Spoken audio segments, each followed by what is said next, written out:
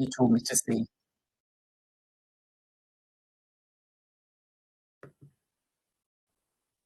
I don't know. Can you see that? You're sharing the screen of the screen, as it were, so not your presentation. Right. That flashed by your slides. Sorry, let me try again then. So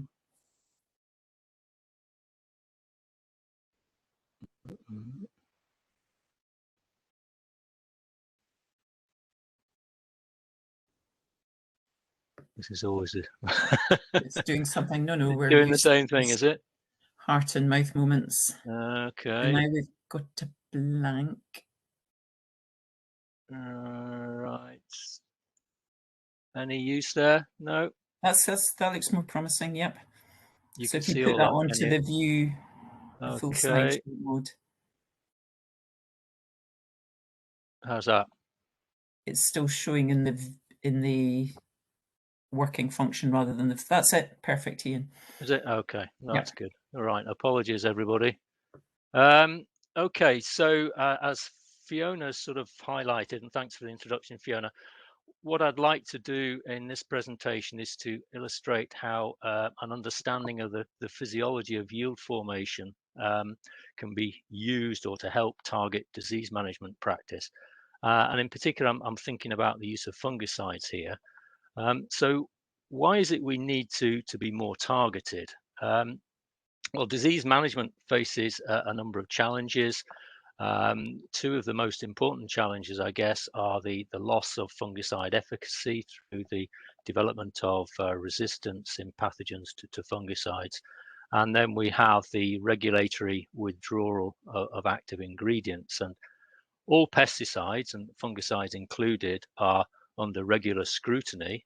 And this figure here from a recent report from the Plant Health Centre shows that quite a large number of active ingredients are at medium or high risk of being withdrawn in the foreseeable future. So I think we need to be more targeted in our use and of pesticides and fungicides in particular, and to use them only where absolutely necessary if we want to have the tools available in the future for use. So I suppose the question then is how do we do that? How do we achieve that targeting? I think what we need to do is we need to think about a number of things. We need to consider what it is that we're trying to protect. We need to understand how long we need to protect those particular crop structures for.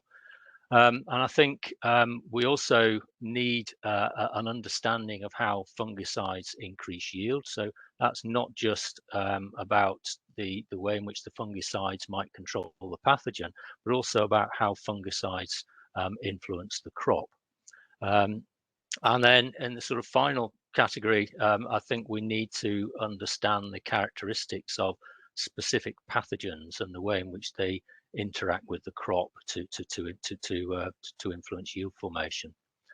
So what I'd like to do in this presentation is just illustrate some of the work that we've been doing in each of these four areas. Now, it was a number of years ago, I sat down with Neil Pavley and John Spink at ADAS, and we were discussing sort of disease management in barley. And we soon realized from those discussions that actually we didn't really have a very good idea about yield formation in barley. And so our basis for disease management wasn't that secure. So in particular, we didn't really know whether yield was either source or sink limited. So, what it is that we're trying to protect. Do we need to protect the development of the sink capacity, or should the priority be on the on protecting the source of the crop? So just to give you a definition of what we mean by that, I mean, source limitation can be defined as grain filling that's limited by the availability of carbon assimilates. So if there's a lack of assimilate for grain filling, we would call that source limitation.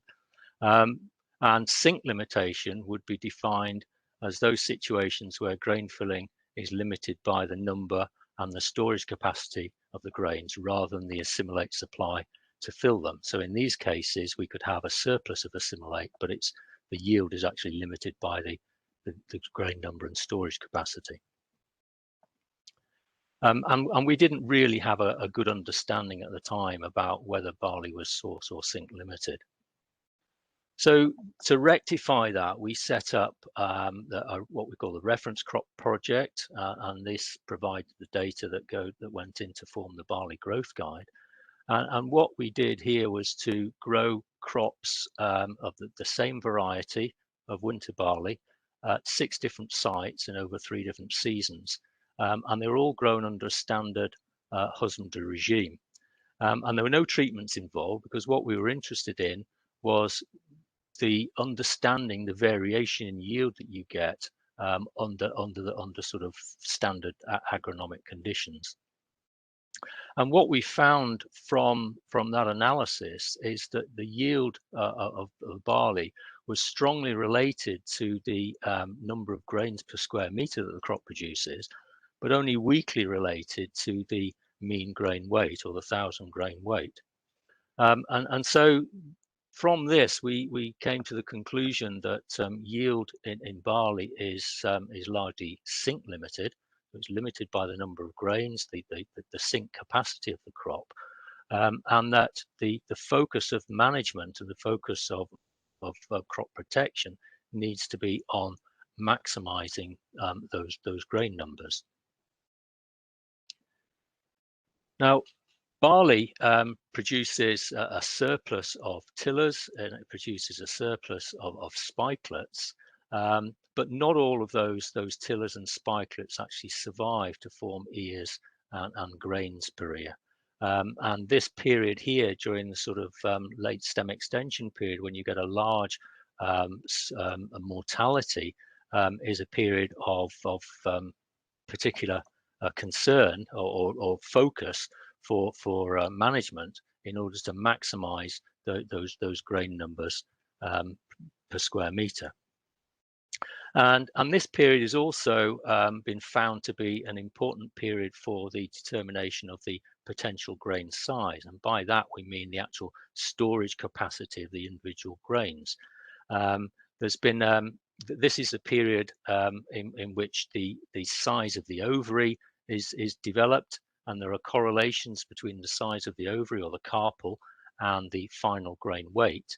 And shortly after anthesis, we get the early development of the grain, and there are correlations between the number of endosperm cells that are produced during this period and the final grain weight.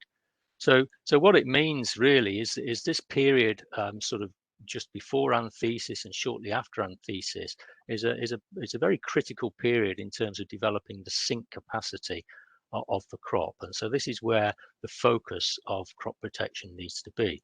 So we need to be able to maximize or ensure that we have high growth rates and high photosynthetic activity during this period in order to maximize that sink capacity. And when we've done that, once we've maximized the number of grains and we've maximized our sink capacity, we then need to consider how we ensure that there's going to be sufficient assimilate produced during the grain filling period in order to be able to fill those grains. Now, if we're thinking about a sink limited crop, this really begs the question for how long do we need to protect the canopy during that grain filling period, if there is some potential surplus assimilate that's produced by the crop. And this is actually quite a difficult thing to answer or to address experimentally, because stopping and starting a disease epidemic at will is actually really tricky in the field. So the approach we took was to look at the yield sensitivity of grain filling in spring barley to reductions in canopy light interception that were created by using different shading treatments. So what we did was to shade the crop for different periods, different durations through the grain filling phase. And by erecting shades at weekly intervals, starting at flowering and then progressing through to harvest. So if we shaded crops at the start of flowering and left those shades in place right the way through to harvest, then we found a big reduction in yield. And then if progressively, if we shaded sort of, we erected the shades later and later into that grain filling period, then the effect that that had on yield gradually diminished. And eventually we reached a point when we could put shades up and it had no effect on the yield at all. And so this effectively sets the sort of duration. From these data, we were able to estimate the duration of protection of light interception by that canopy that we needed to try and achieve in order to avoid any yield loss. And that turned out to be anywhere between about 3 and 5.5 weeks after flowering, depending on the site and on the year. And it's sort of it coincided with about the first sort of 70 to 90% of the grain filling period. So it's clearly not the entire grain filling period that needs to be protected. And this sort of coincides or corresponds with some work that we've done using fungicide timing. The data here are from different fungicide timing treatments. And what we found is that if we use late fungicides, sort of even experimentally having fungicides applied after ear emergence, we can prolong the canopy green area and we can increase the amount of light that's intercepted by that canopy during the grain filling period, but it doesn't have any additional effect on yield. And so this really corresponds and it fits quite nicely with what we found with the shading experiments, is that we don't need that long duration of protection in order to be able to maximize yield in these sink limited barley crops. All that work that I've been describing was done on 2-row barley crops, but we have 6-row varieties. They have a different sort of yield component structure. So 6-row varieties like Volume here produce far more grain numbers, and they have correspondingly smaller grain weights. So you could hypothesize that these 6-row crops are going to be more source limited. They've got a larger number of grains to fill, and they may not have the assimilate available to fill them. And that could be one of the reasons why we see a smaller grain weight in those crops. And correspondingly, that would mean then that they would be more susceptible to disease occurring during that grain filling period. Well, to test this sort of hypothesis, we had a PhD student, Robert Beattie, working with us in a project between Chagas and ourselves at SRUC, and he tested this by quantifying or estimating the relative source sink limitation in 2-row and 6-row barley, and he did that by using manipulation treatments where he altered the supply of assimilate relative to the sink capacity of the grains, and then measured the effect that had on the average grain weight relative to the non-manipulated controls, and also in reference to the scale of manipulation that he imposed. And these are the manipulation treatments he used. So one treatment was partial degraining, shown here.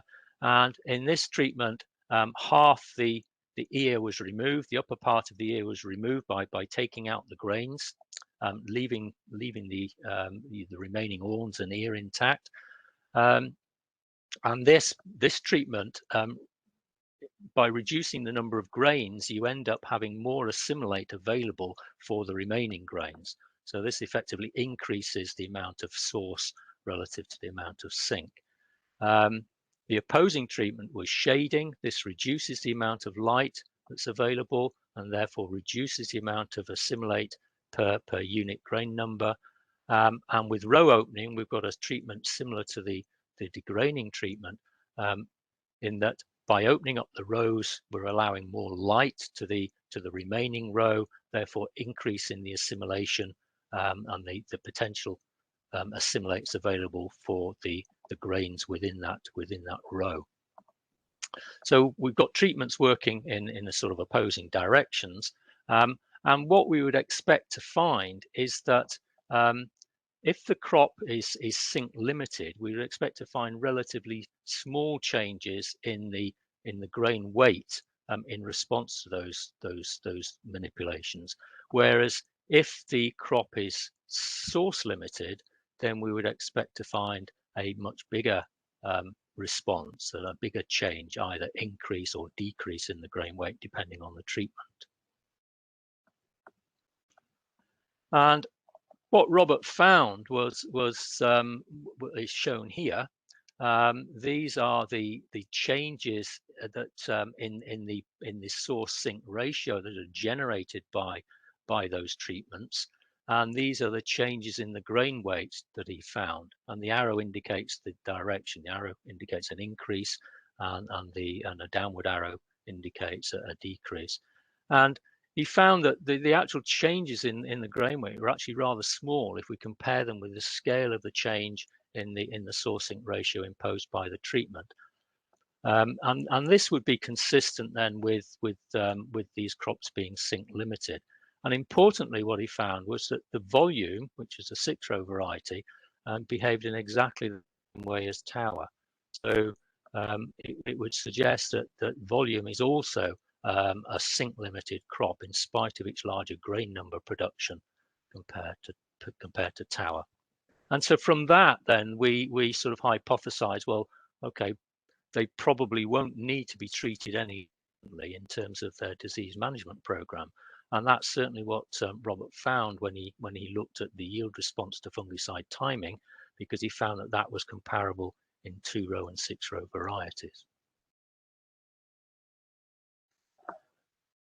So that brings me on then to consider how fungicides increase yield. We've done a lot of experiments over the years where we've tried to relate the yield response to fungicide to the disease severity that's found on untreated plots, or the amount of light that can be intercepted by the crop. And we often find a pretty poor relationship. So these data show one example of this. This is the yield response to a mixture of prothioconazole and pyraclostrobin, and it's plotted against the disease severity measured during the mid grain filling period. And these points are for varieties across 20 different site years of experiments. And you can see here that there's a lot of scatter here. It's a very poor relationship between disease severity and the yield response. And there are many occasions where we see significant yield increases with fungicide applications where there's nil or very low disease severity. And this would suggest then that the fungicide might be having physiological effects on the crop. But these effects are different to those that we see in wheat, as I'll talk you through in the next couple of slides, because these effects we find from the fungicides occur largely on grain numbers, which are formed prior to flowering. And to investigate the sort of mechanisms that might underlie this, we did some work where we compared azole and strobilurin fungicides. So we were comparing the response to prothioconazole, which is the azole, and pyraclostrobin, which is the strobilurin, against chlorothalonil. Now, the prothioconazole and the pyraclostrobin had been reported to have growth regulatory effects or physiological effects, whereas the chlorothalonil hadn't. And what we found in this work was that both those fungicides, both those chemistries, were able to give us a significant increase in the grain weight compared to an untreated control. But it was only the prothioconazole and pyraclostrobin that gave us an increase in grain numbers. And this led to a significantly larger yield response from these fungicides compared to the chlorothalonil. Now, we can't explain these effects on grain numbers through better pre-anthesis disease control, because there wasn't any visible disease on the crop at the time. Both the chlorothalonil and the prothioconazole and pyraclostrobin were equally effective at reducing asymptomatic Ramularia and Rhynchosporium infection within the leaf tissue. They're also equally effective at controlling leaf surface saprophyte, so we can't explain the difference in terms of control of saprophytes, and neither of them had any effect on sort of green area and green area light interception. So by a process of elimination then, we think there must be some other kind of physiological effect being induced by these by the azole and strobilurins that increase grain numbers. So this is quite different to the sort of usual explanation of physiological effects in wheat, where it's all about extending the green area retention after during the grain filling period and increasing light interception. This is occurring on grain numbers. And one of the things that we've also found is that these effects on grain numbers can be induced by a single application at booting. So we don't need a T1 application. We can achieve these things with a single application at booting.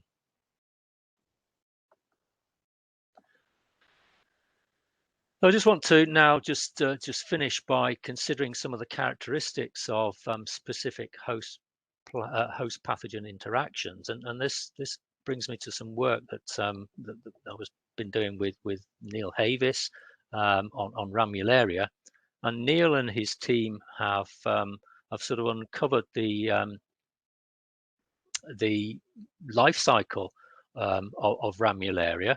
And it's an interesting pathogen because it starts life out from inoculum within the seed, infection within the seed, and then as the plant grows, the fungus will grow up systemically through the plant, up through the canopy leaf layers, but it does so without producing any symptoms. And then when the plant, or typically after flowering, it will produce these symptoms on the leaves and then reinfect the grain, ready to sort of complete the life cycle. So you can ask the question then, well, is this a long period of asymptomatic growth actually having any negative effect on yield formation in the crop? Or is it all about, is the yield reductions that we see in response to this fungus all associated with the production of the symptoms? Because that would help us target how we want to control or manage this disease. Well, we had a PhD student, Clary Burrell, that was looking at this, and she did some controlled environment experiments where she was measuring photosynthesis using this technique, chlorophyll fluorescence imaging, during an infection cycle. So she had seedlings that were inoculated, and then she measured photosynthesis before and after symptom development. And she found there was no effect on photosynthesis before any visible symptoms developed, and there was no effect in healthy tissue no effect on the healthy tissue in an otherwise infected leaf. And with this chlorophyll fluorescence imaging, we can measure spatially on the leaf how the pattern of photosynthesis changes. So what she did was to take a transect across the leaf through a lesion here, and measure measure parameters associated with photosynthesis, and this is shown here in the grey line and the grey dots, and this is where the lesion is here, bounded between these two arrows. And then she compared that with a transect taken across a healthy part of the leaf where there was no lesion, and that's shown here with the yellow dots. And you can see that the reduction in photosynthesis was associated entirely with the actual visible lesion. And she's been able to do similar experiments out in the field as well, because that would suggest to us that it's the lesions and the expression of the symptoms that's important in sort of reducing photosynthesis. And in her field experiments, she was able to predict the reduction in yield from estimates of the size of the lesion and the effect that that had on light interception by healthy tissue. So it seems then that the primary focus for disease management in this particular pathogen is on symptom expression. So if we can try and delay or prevent symptoms developing, then we can prevent the yield loss associated with that fungus. And so we began to hypothesize then that, well, you know, can we interfere or disrupt the relationship between the fungus and leaf senescence? The fungus tends to appear and produce symptoms as the canopy begins to senesce through the grain filling period. And so just recently, in sort of last year, we've had an honours project just looking at the application of plant hormone treatments to try and modify leaf senescence, and just to see what effect that these things have on symptom expression. And so here we've got inoculated leaves that weren't treated with hormone. In each case here, these are the controls, and we got severe ramularia infection. But when we treated with ACC, which is a precursor of ethylene synthesis, and when we treated with cytokinin, there was a big reduction in that ramularia severity. So this is very early work. We're following this up now, but it does offer some opportunity for a sort of a non-fungicidal control of symptom expression. So we're quite excited about this. So to conclude then, hopefully what I've convinced you of is that you know there is a value in having an understanding of the physiology of yield formation. It allows us to identify what our primary targets are for disease management. We need to protect the formation of sink capacity in barley. We've shown that we don't need a long duration of protection after flowering in order to be able to achieve this. We can achieve that with a T2 application before flowering. That gives us adequate protection, and it can also give us potential physiological effects on yield. And I think there are opportunities, we haven't discussed it, but there may be opportunities to omit T1 applications from spring barley programs where the risk of disease development during that stem extension period is low. And I think there are also opportunities for preventing or delaying visible symptom expression using sort of non-fungicidal approaches. Okay, and I just wish to acknowledge collaborators and funders in this work. A lot of this work was done with ADAS and with BASF and Agri and Bayer, and of course collaboration with Chagas and James Hutton. And these are the funders down here. Ian, thank you. That was a really comprehensive run through. I've got one question here from Pete, which is kind of specific to the physiology. So I'll take that now, and then we'll hold over the rest of the questions to when Stephen's done his presentation. So I shall read your question aloud, Pete, but feel free to chip in if I mangle it. So Pete's asking Ian, if for 6-row varieties, should we focus on increasing their potential grain size by enhancing growth soon after flowering when potential grain size is determined? So for 6-row varieties, if I've understood this, should we be focusing on the period just after flowering? Yeah. Is that right?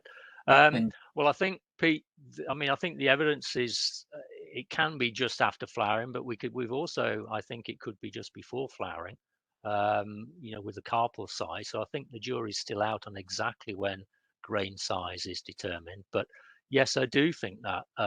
I think there is still enough photosynthetic capacity within the crop to be able to fill those extra grains, because you can get a relief of feedback inhibition.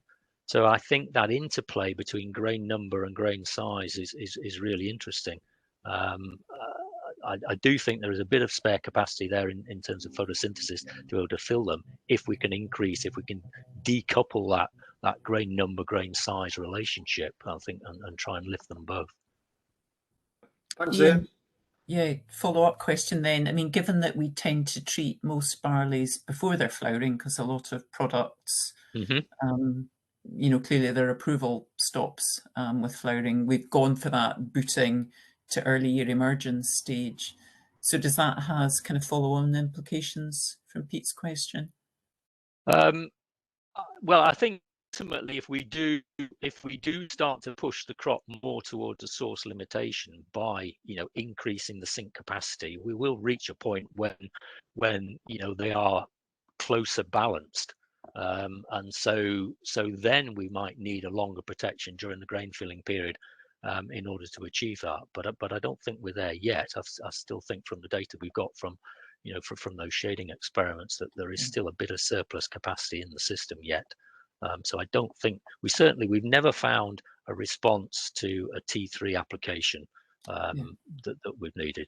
I mean, Stephen may have different data. I don't know, but we've never seen the need to be able to extend it right to the very end of grain filling yeah. in order No, to give us that's a yield lift. in some ways reassuring. Thanks, Ian. Yeah. Okay, Stephen, are you ready to Yep, pop yeah, up I'm on the indeed, yeah. screen and share your slides? I will indeed, yeah. It's looking encouraging. Yep, that's perfect. Yep. Hoping everybody able to see that, yeah. So on That's full great. screen. Yep, full Perfect. screen. Yeah, perfect. Thanks for the invitation to present to you this afternoon.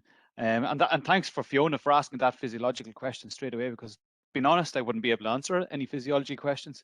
So I'll be giving, I suppose, an overview mostly on the disease management, and it's I would say very much an agronomic sort of presentation here in terms of what we should be doing to manage these diseases. Ian has given sort of an overview of why we possibly need them, and I was fortunate in that I think I'm right in sort of saying you said that we need to create the potential and then maintain the potential, if that's what the physiology is telling us. And to do that, we need to be protecting it. And it's not. I was trying to think. Okay, if we look at Rhombuleria, it's protecting that later season, possibly that grain filling. But also then, if we look earlier, we need to be protecting actually those potential sites that are going to be created by the tiller number. So it is a season-long approach, but complicated in that it's different targets and they're doing different things to impact that yield. So we want to try and achieve as much potential as possible, but we have to protect it. And the question is, what are we protecting it against? And it's a range of different things. And I've put up the spring barley recommendation for Ireland, the varieties that are, as you can see, we're limited in what is actually recommended. But when we look at the sort of the recommended list, there's certain things on that are sort of screened for to provide growers with information every year, whether it's, I suppose, things like straw breakdown, earliness of ripeness, and then the diseases. But we also have to think about other sort of abiotic stresses, such as potential for drought, waterlogging, nutrients, whether that's up under or oversupply, lodging, but also straw breakdown. And that's something it's quite important over here is straw breakdown and brackling. But more in the biotic sort of side of it in terms of the diseases that we would be looking at. You're talking about seed diseases, seedling diseases, root and stem, foliar and ear diseases. But when we actually look at the recommended list itself, and it might be slightly different to the AHDB, they'll have some different diseases included. We're really focusing on foliar diseases, and these are the guys that I suppose are causing us the biggest problems at the moment. Probably because we've taken care to a certain extent of those seed and seedling based diseases, whether we're using seed based treatments or whether we're actually using a certification process to sort of weed out those diseases that would have maybe 50 years ago or 60 years ago would have prevented a crop from getting established to start with. The root and stem diseases, yeah, look, it's not a case that we don't get things like take all, but generally they're managed. In winter crops, definitely there will be seasons where you get very, very bad take all, but it's generally not an issue when it comes to the spring because of that duration over the winter months where there is no crop. Ear diseases also are then that little bit more difficult to actually, I suppose, manage. We're talking things of the sort of fusariums and the microdochium, a little bit more difficult to actually try and get good control of that. And it all comes down to conditions of flowering, being honest. So we're looking then at the foliar diseases that can cause significant yield loss. And on the, I suppose, the Irish recommended list, we're talking about mildew, rhynchosporium, brown rust, and net blotch. That's only to name a few, because They are the main diseases, and we're talking about the net and spot form. The one that is missing, and Ian has already highlighted from the list, it was previously on the HDB list, is Ramularia. And I'll get into the reasons why potentially that's an issue in terms of being able to give recommendations for varieties. But of course, Rincosporium. And one aspect that I know that when we talk about foliar diseases, maybe it's one that slips by a certain amount. It's BYDV. Is it a foliar disease or is it purely a plant disease? But it can cause significant problems. Now, it's not one I'm going to mention in any detail this afternoon, but it is one that we do have to think about. We can manage it through a process of, I suppose, IPM in a spring barley you sow early. It's a little bit more difficult in winter crops. In terms of if you sow early, you're going to be in a higher risk. If you sow late, you mightn't get a crop in at all. I know there are, I suppose, more tolerant and potentially resistant varieties potentially coming down the line. But that's only the main ones that I would highlight there. But there are other things lurking. Traditionally, mildew has been a major concern. Look, we have seen an increase in the Durham in winter barley over here. I know there's been an increase in tan spot with yourselves in Scotland. And rust is one that seems to be creeping back into both winter and spring barley crops.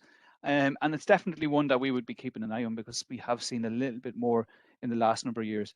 Maybe that's due to changes in the weather patterns, and I suppose maybe the conditions and so on, etc. But it is one that is increasing.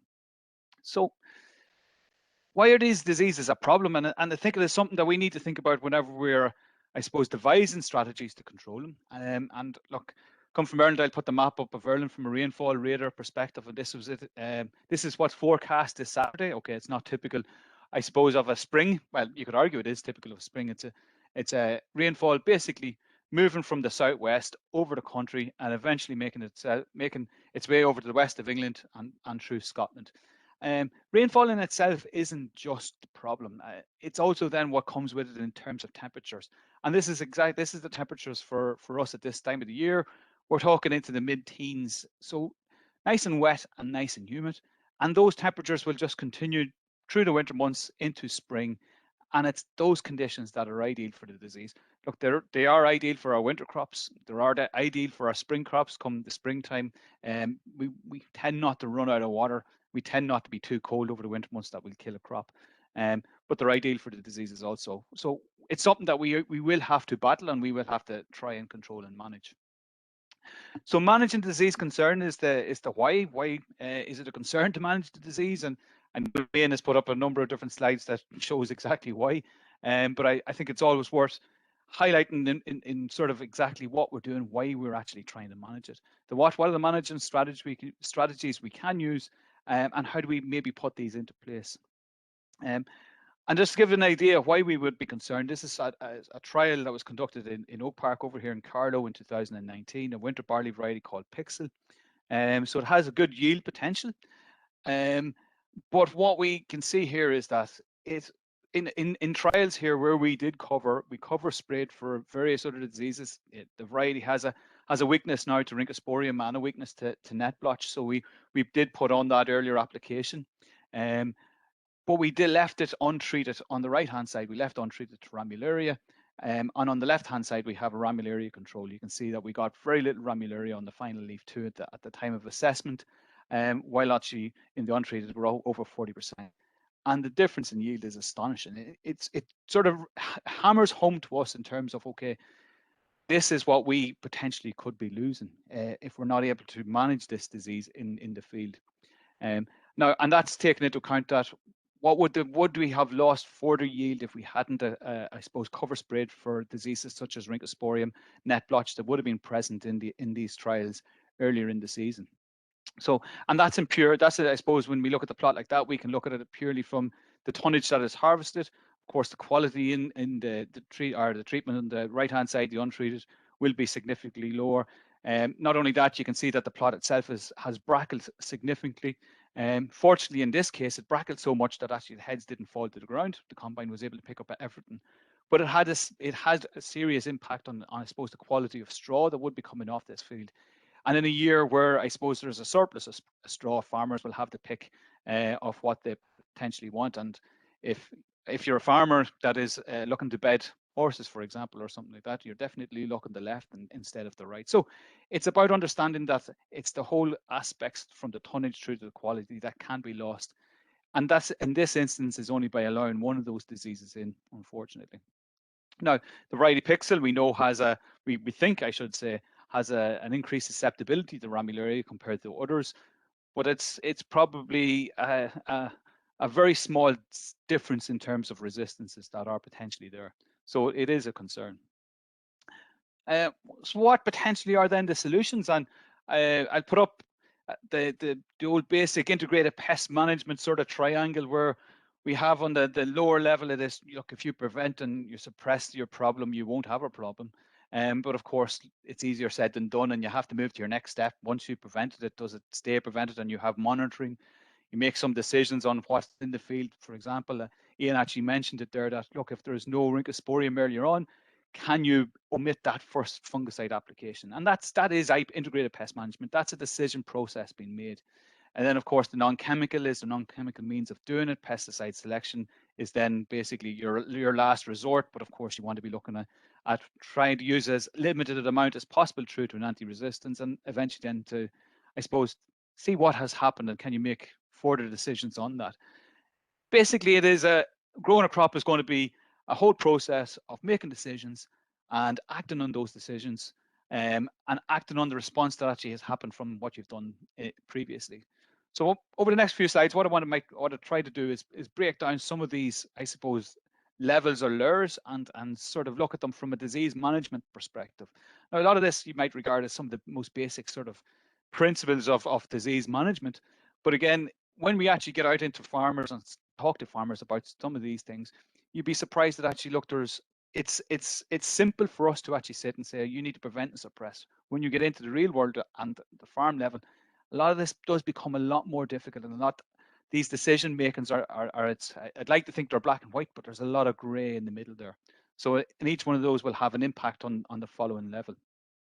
So I should say a lot of what I will talk about over the next few slides will probably relate to Ramularia to a certain amount, but I'll also refer to the other major diseases that I highlighted earlier on, net blotch and Rhynchosporium.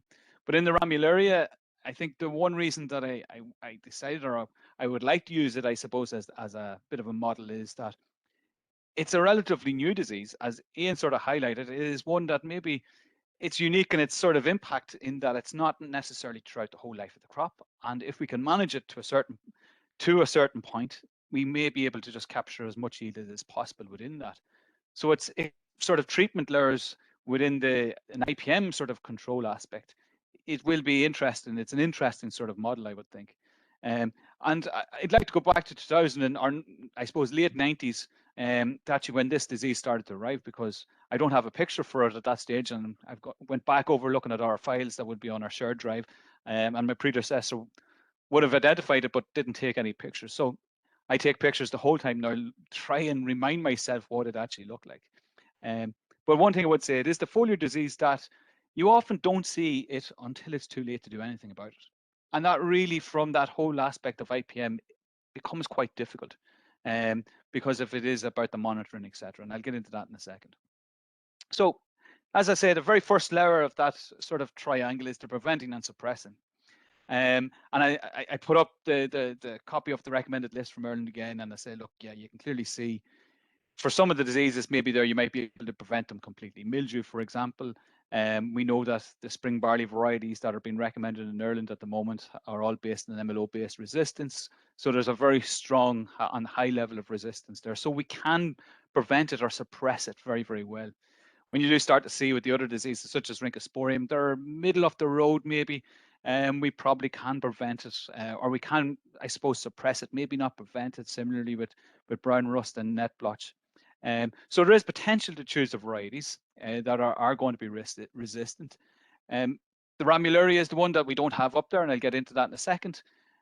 Choosing where to go with it, is basically what land do you put these sort of varieties into? And I say this from the aspect that in the last couple of days, I've been contacted by some of our advisors that would have sent pictures through of winter barley that is now maybe in the 3-leaf stage and is already showing symptoms of net blotch. And immediately I go, that must be a seed-based issue. Look, we need to get that seed, we need to test it, we need to see why that is the case, until the next question I ask is, okay, what sort of a slot is that going into?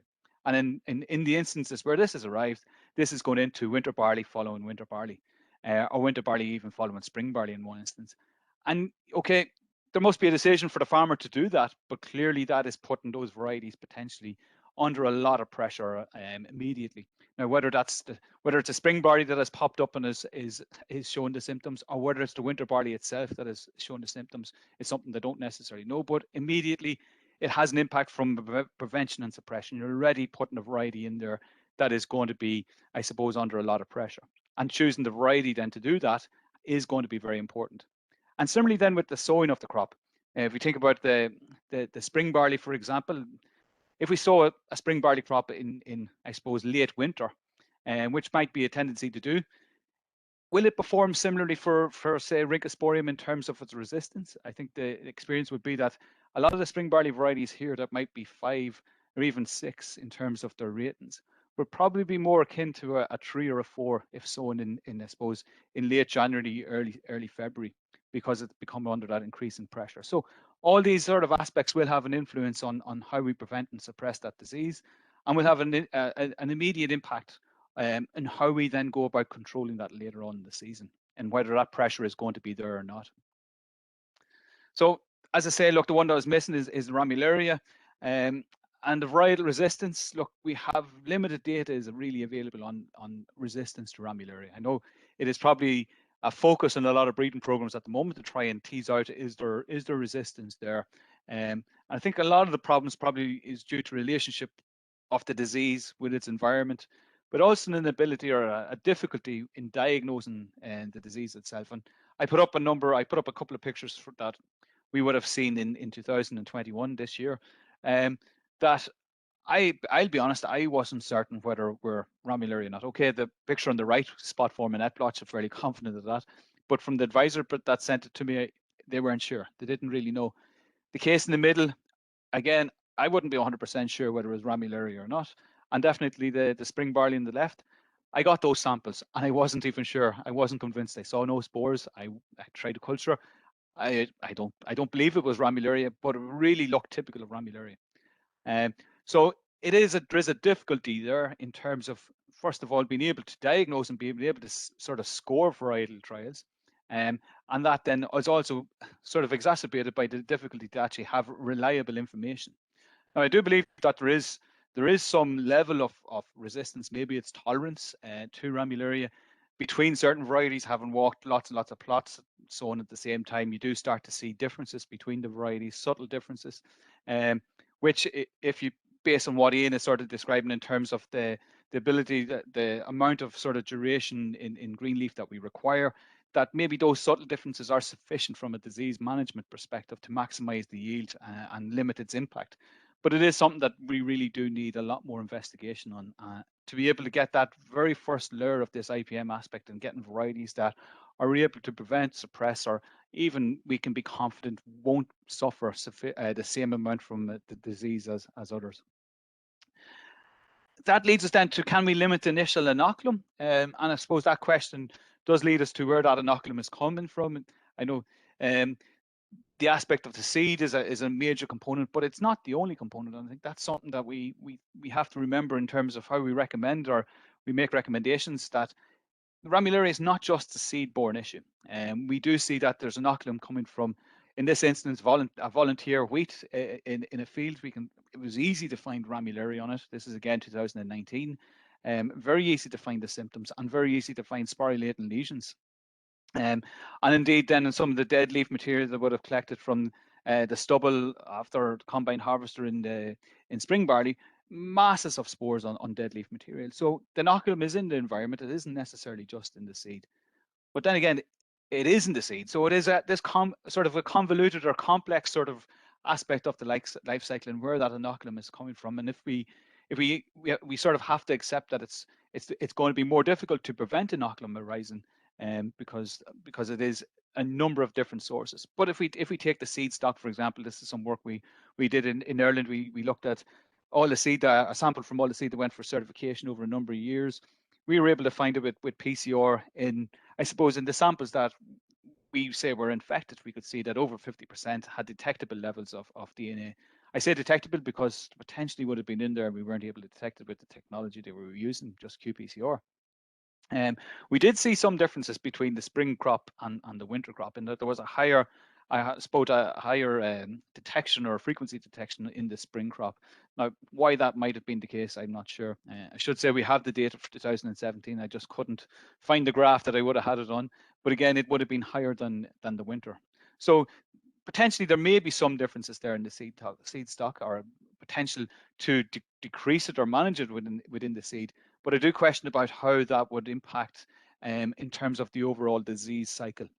Because given that it isn't just, I suppose, a barley isn't just the host, and the question about stubble and survival over the winter months. But then that leads us then to, okay, we're limited in our prevention and suppression. Can we monitor it and make decisions on what we see or what we potentially detect in the season? And this is some data from trials that we conducted in Kildalton and Oak Park, sort of slightly different disease pressure sites in 2016, 2017. We saw a very, very clear relationship between the amount of disease in 2017 and its impact on yield. We didn't see such a relationship in 2016. Now, the amount of disease in 2016 would have been less, but it was there in some of the plots at a very, very high level. But we didn't see that very clear relationship between the difference. And we're wondering, okay, what is the difference there? What's the driver of the pressure? Was it the case that the duration of grain fill was shorter in 2017 compared to 2016, or actually started later, or what was the reason? These would have been assessed at similar periods after, I suppose, flag leaf application or ons emergent application. So similar sort of duration from fungicide application to assessment.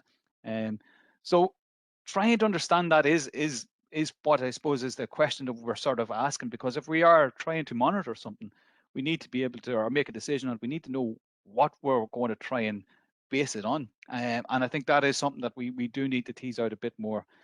And again, that comes back to the question about Ramularia and its environment and understanding those relationships. Non-chemical control, mentioned some nice work that looking at the hormones.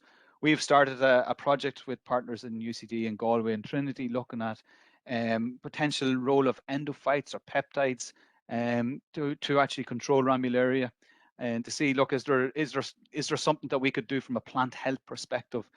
Some of these endophytes have been identified to promote, I suppose, the plant health, general plant health, in terms of its ability to, I suppose, avoid drought and things like this. So is there an aspect there that we could be looking at from a non-chemical aspect? And it's definitely something that we do need to explore. And then finally, look, the last aspect then will be about the pesticide selection, and in this instance, it's fungicide, and needing to tailor the fungicide program to the risk that is going to be there. As I say, it's relatively easy for the spring barley varieties that we're growing over here at the moment in terms of mildew. That pressure is relatively low, so we don't see a need necessarily for a specific mildewcide to be going into these spring barley crops. Similarly with Rhynchosporium, it is moderate. Brown rust, it's moderate. There's going to be some that are more susceptible than others, and equally for net blotch. But then again, it comes back down to understanding the risk that's going to be created with the crop, and it's understanding that aspect about the physiology when these diseases may hit. Say for that Rhyncho and net blotch, for example, if I take one of those varieties that is that moderate resistance, and we sow it that very early in spring, it's going to have a potential higher Rhynchosporium in that crop. And as I say, the ratings perform the exact same way as they are predicted to do. And that comes back to understanding that risk and saying then, okay, what fungicide will be required? When is it going to be required?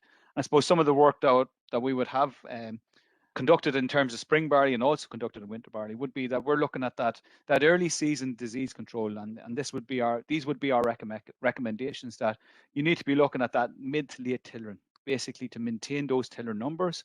And then we're looking at that 39 to 49 into that booting so that we capture that Ramularia.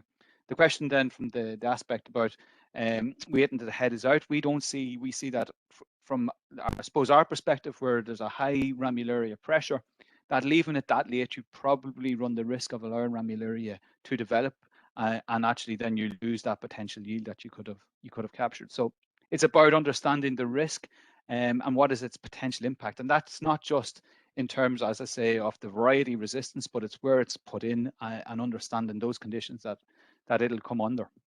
The fungicide selection then is the last thing, and normally, being honest, it probably would have been one of the first things that I would talk about, but it is the last thing. And within barley, I suppose we are fortunate in that there's a range of actives still available. I know Ian sort of described it. Actually, we're losing some of those, and unfortunately, we have lost already some of those very, very important ones. But of those that are available, there is still some there. Their activity against the different diseases does differ, and it differs significantly. And it is a case on that there's very few actives now available that will have that broad spectrum against all.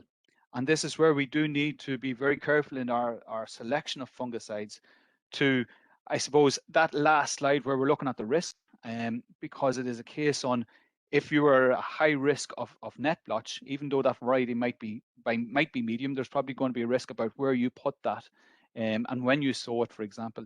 Then you will be into a scenario where you're going to have to look at specific actives. And within that, you can see that there's a range of activity there. There's some very good, there's some quite poor. And these need to be carefully selected in terms of that, the development of a fungicide program to reflect the risk and the different disease risks that may actually come through with that. And that aspect then comes through to the fungicide dose and the program of type approach to disease control. And this is some work from a winter barley sort of trials that we have been conducting here, where we looked at 4 different varieties, and I only have 3 of them up on the slide at the moment. We had Retriever, was replaced by Cosmos in one of the years. But in the series of trials, we looked at winter barley, a tree spray program, looking at that late tillering stem extension and that on the emergent type program, and to see, look, do the varieties differ in terms of their performance? Because there's different susceptibilities to different diseases here. What we see is that, look, in a lot of the seasons, they actually perform quite similarly in terms of their response. But one of the important things from our perspective, from a fungicide control and choice and amount of active that goes out, was to sort of demonstrate that, look, our advice would be that you only require a half rate of these fungicides in a mixture, as long as it's a good balanced mixture from a disease perspective and also fungicide resistance perspective. You don't need to be actually going for very high rates, and actually to be looking and sort of say that the optimum sort of responses will be between that 30% and 40% of the label rate. And actually you're building a lot of insurance in by going with that half rate program that we would be recommending. So in case that they're looking at the whole process of the IPM through that, reducing your doses where possible. So in summary, in a very sort of applied agronomic sort of presentation, look, disease are a serious and continuous threat to barley production. Variety is increasing, but there clearly are some weaknesses there. And look, the one that stands out completely is Ramularia. But I do think that actually we need to look at all the other sort of weakness, or all the other diseases that are there, and the ones that I highlighted in underneath the pictures, such as your Norum, your tan spot. These potentially increase over the next few years? They've been lurking around in crops for the last number of years, and some have increased, some have caused problems in 1 or 2 sites, and it's understanding those, because if they are to be the next problems, then we need to know why and why they're increasing. So careful decisions also need to be taken about the variety and the basic agronomy, because look, we can alleviate or we could increase some of these disease pressures. The chemistries that are available, look, there is still a relatively good diversity there, but we have to be careful on how we use them and tailor the disease control program specifically to those risks that will be in that crop.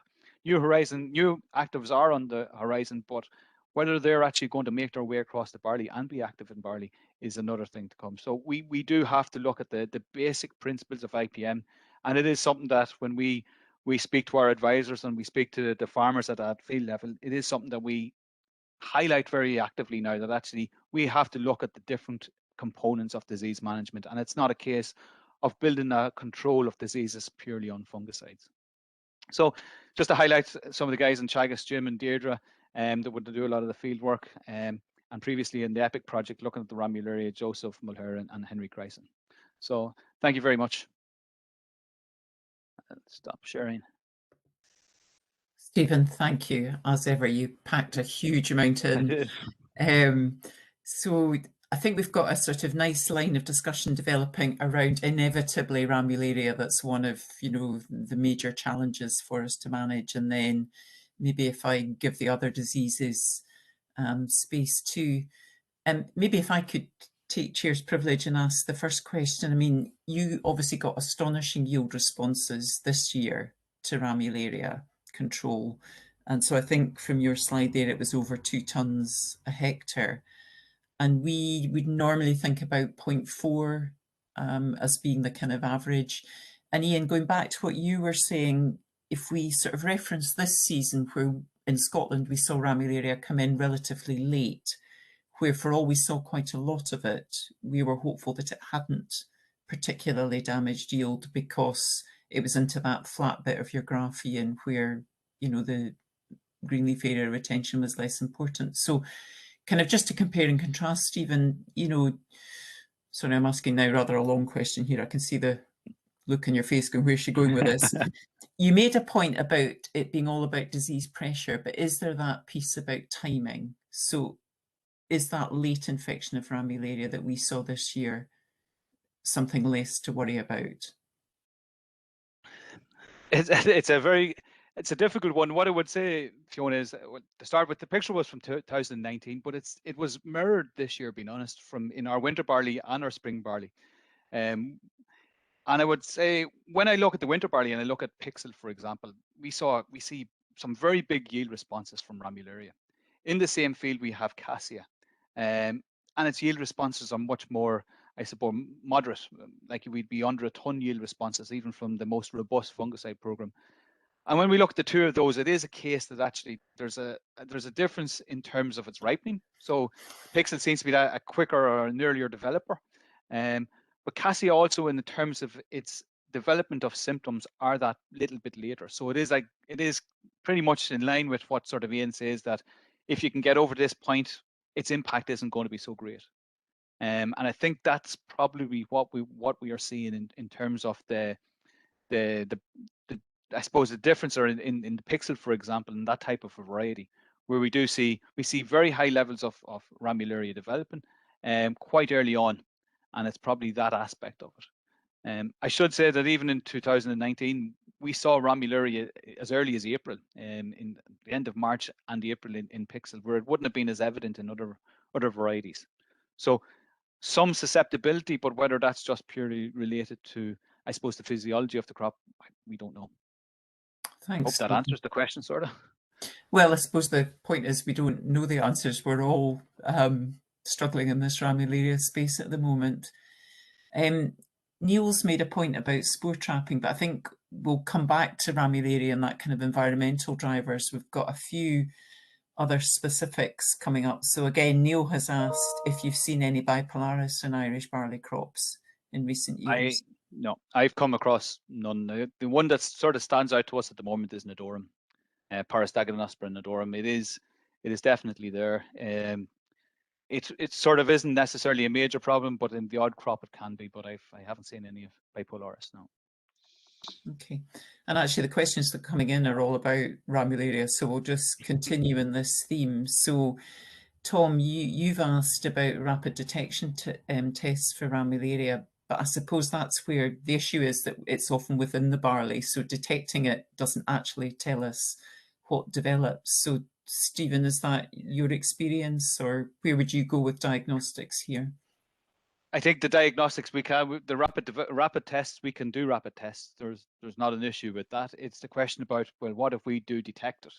Does it actually mean anything? And I don't know the answer to that, being honest. I think we go out into the barley crops and look, what leaf layer do you take? Because you probably detect it in the lower leaves, no problem. When it comes to senescence, or when it comes to, I should say, inflorescence, in terms of even flowering development, we'll start to see ramularia at the base of the crop. And is that enough to give an indication that it's going to have pressure in terms of impact on yield? I don't know. Yeah. So many unknowns. So, Robbie's asked the kind of million-dollar question here as well about where ramularia came from and whether it's in other grasses and wheat. And we know it is, but it's that thing of going, why did it become a problem in barley? And then I suppose inevitably Robbie's then asked, what the prospects are for breeding resistant varieties. And again, that's been a work in progress. So what's your experience there, Stephen? so where did it come from? I don't know. I know that the guys in Rothamsted have been able to detect it in the historical sort of samples. So it's not that it was never there. Why did it become a problem? Yeah, I don't have an answer to that one, unfortunately, either. I think with ramularia, there's a lot of unanswered questions. There's prospects for breeding highly resistant varieties. I think there is potential there. Now, whether it's resistance, whether it's tolerance, that's a different question, I think, also. But I do think there's potential there. I think when we can look at the varieties now, and we do see that there's differences in their impact or the impact of ramularia on yield, that does tell us that there's potential there for something.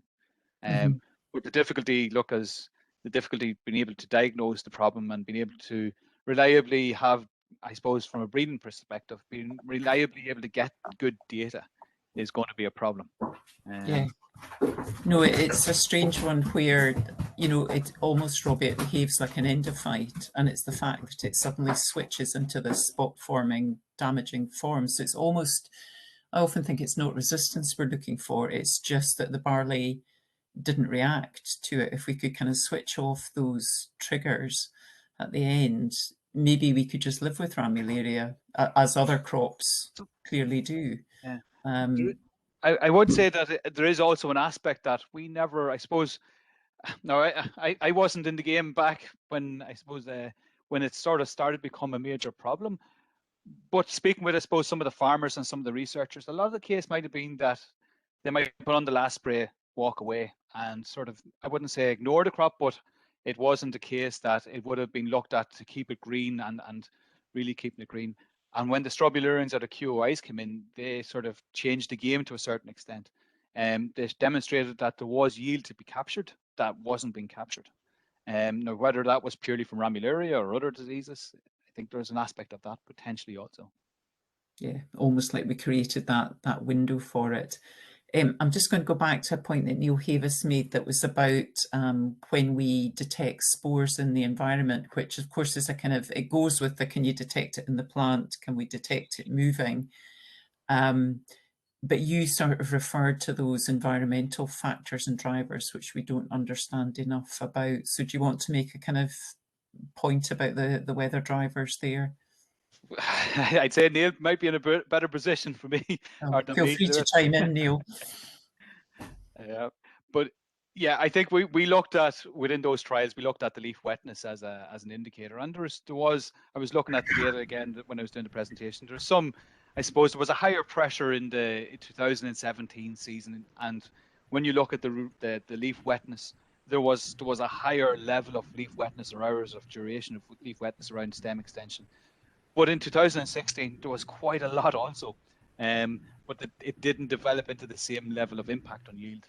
So I'm not 100% sure. I see Neil has the microphone on, so I maybe might let him answer. I don't want to rain on your parade, Stephen. It's your no worries. No, it's yeah, there was a lot of work. We looked at that initially, and there's definitely a correlation between the leaf wetness and the spore release on the plant. But you're right; it's trying to develop that robust risk forecast. It's going to require quite a number of environmental parameters and a lot more work from us before we get something as robust as farmers will demand if we're going to make their fungicide choices based on that. Yeah. And again, Ian's recent findings on, for example, cytokinins, that again, it's pointing to that strong link between ramularia and the physiology of the crop, isn't it? Mm-hmm. I'm going to move. We've got one question in the chat here from Luke. So Luke's asking, I'm hoping you're still there, Ian. Yeah, I'm still here. If the increase in seed numbers per metre squared and the response with T2 applications of some fungicides relates to an increase in the number of fertile tillers per metre squared or the number of fertile spikelets per tiller. So again, we're down to Yeah, components of yield. that's a good question, Luke. And I'm afraid I don't have a clear answer, because these things can be quite difficult to pick up, and the analysis usually needs a sort of a cross-site or cross-experiment type analysis to be able to pick them up. Because if you remember back to one of the graphs we showed you, how variable the response can be. So we've only managed to break it down into grain numbers. I think if we went down another stage to try and break it down into fertile tillers and spikelets per tiller, what we'd end up with is just a lot of noise in the data that we wouldn't be able to actually take anything from, because of the, you know, the, as you're aware, the compensation that you can get between these yield components as well anyway. So we've not been able to tease it out any more than just grain numbers, and even the grain number thing we needed to do, you know, across sites to be able to pick it up. Thanks, Ian. Feel free to pop some more questions in the chat there. Stephen, I was going to go back to, I mean, you referred to a kind of rather alarming list of other problems we've got to worry about in the field. So you had, you know, we've seen yellow and brown rust, we've got upticks and net blotch, we've got tan spot, BYDVs clearly, you know, become more of an issue with the loss of neonicotinoids. So, you know, the kind of balance between what Ian was talking about at, you know, realizing there are situations where we can avoid or reduce fungicides, you know, that becomes quite hard when we're presented with, you know, long lists of possible problems there. So, you know, what's your experience of working with Irish growers on, you know, building confidence in those situations where you can reduce inputs? I think it's very difficult, is what I would sort of say, to build that confidence, because if a grower gets burnt once, they tend not to get burnt twice, or will try to avoid it as much as possible.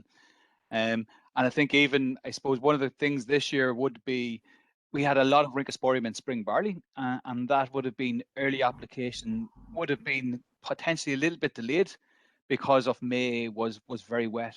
And the result of that was some very, very high levels of rhynchosporium in some crops.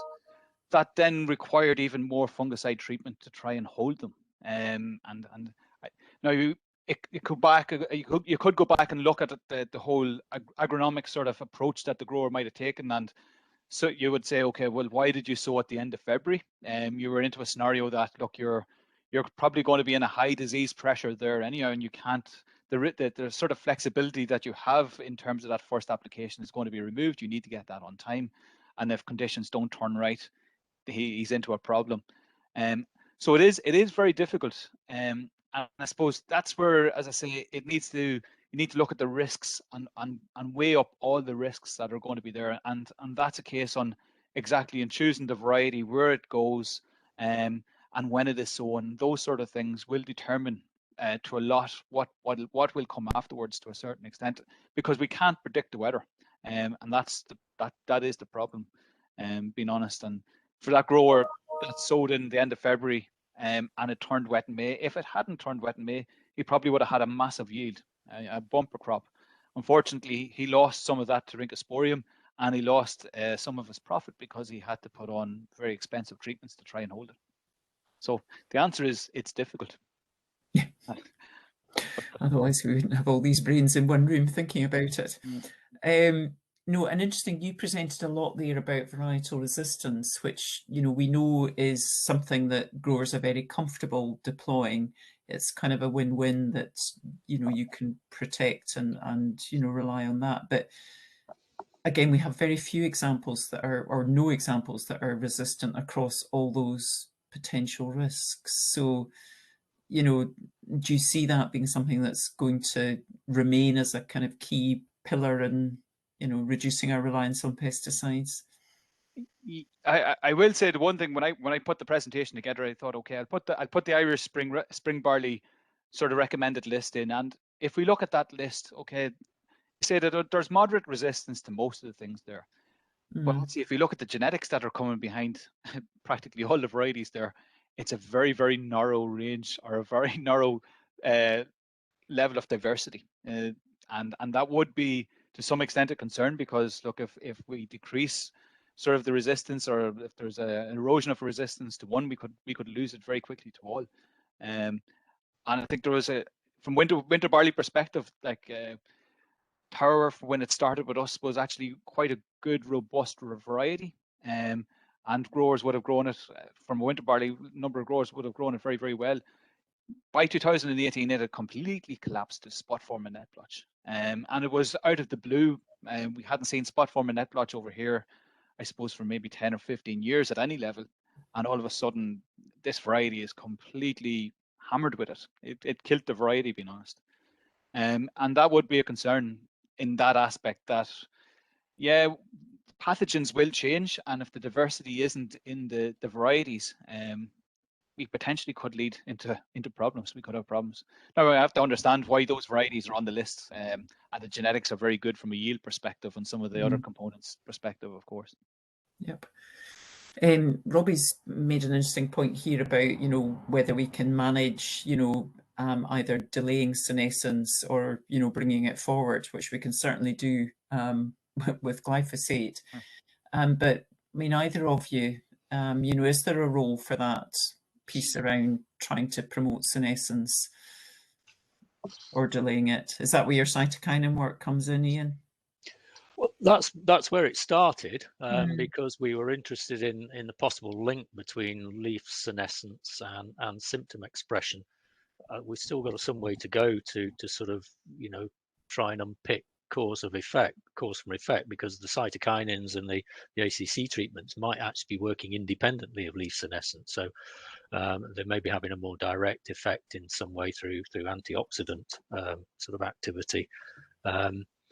But that's an interesting question, Robbie, because if you try and delay senescence, if senescence is linked to symptom expression, then delaying senescence, you would think, would allow those grains to fill and get through this first critical period, and not get so many symptoms. So that would certainly be something worth looking at.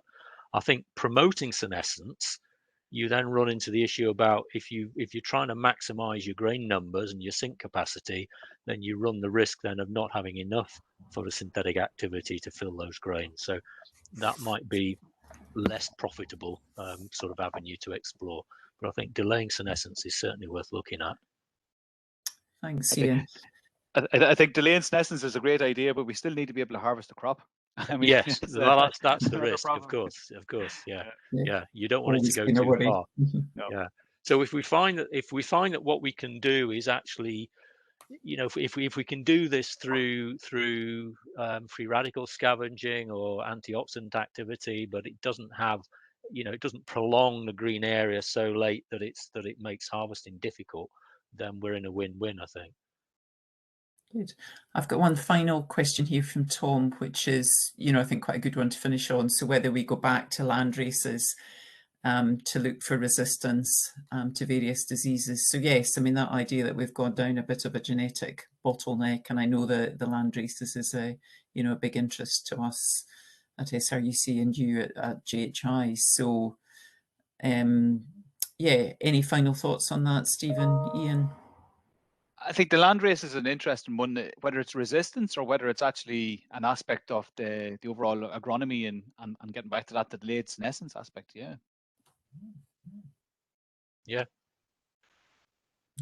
absolutely. I don't know. So I mean, I don't know that much about the land races and you know, their susceptibility or the frequency of sort of ramularia or severity of ramularia you get with land races, but if there isn't much in the way of ramularia found on the land races, then yeah, it's a good avenue to pursue.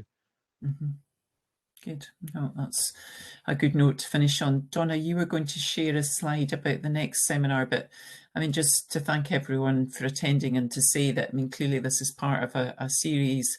It runs all through next year. There are still a few slots available. So if you wish to volunteer a topic, then get in touch with Donna. And I think earlier in the chat, Donna also flagged if you wanted to get the IBH newsletter, then sign up for that as well. So the information about the next IBH lecture should be on your screens now. So barley phenotyping under stress, challenges and prospects. And that's on the 22nd of October at 2. So hopefully see many of you at that one. That says 22nd of October, which is today. Zoe, have you yeah. the wrong date or the wrong slide? Good point. No, the correct details, but it seems that the incorrect date is on there. It would be the 22nd of November. November. Okay. Good to clarify that now. It'll stick in everybody's minds. Okay. Yeah, so just let's say thank you to everyone for coming in today. Thanks for all the questions there, and you know, obviously particular thanks to Stephen and Ian for 2 really interesting talks. Lots to go at in this space, and I think just, you know, a key area for, you know, that collaborative nature of an international barley hub where we can pull in that sort of expertise and really go at some of these knotty issues. So enjoy the rest of your afternoons and have a good weekend. Bye, everyone. Thank you, Fiona. Thanks, everyone. Thanks a lot. Bye. Thanks, Fiona. Thanks, Ian. Thanks, guys. Bye.